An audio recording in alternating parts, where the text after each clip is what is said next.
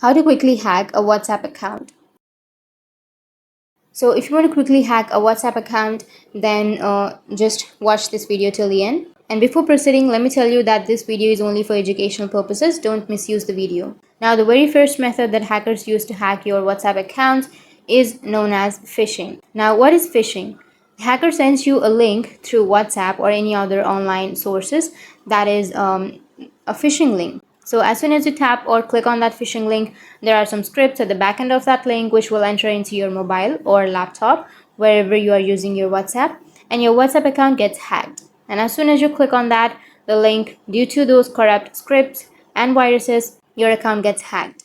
And the second method is also the same kind of phishing link, but if you simply tap on that phishing link, then it will take you to the login page of WhatsApp. And if you enter your number and if you enter the codes, then your account gets hacked.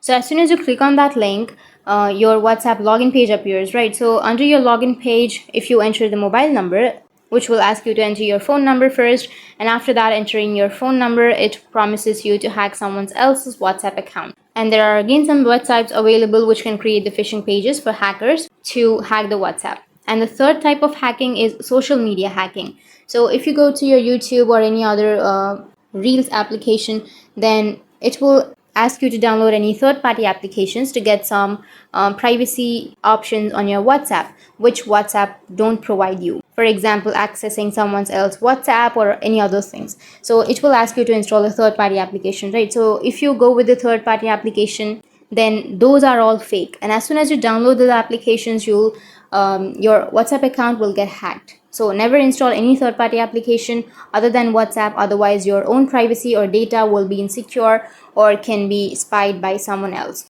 So these were the 3 steps by which a hacker will hack your WhatsApp account. And if you have any questions, feel free to comment below. Thanks for watching.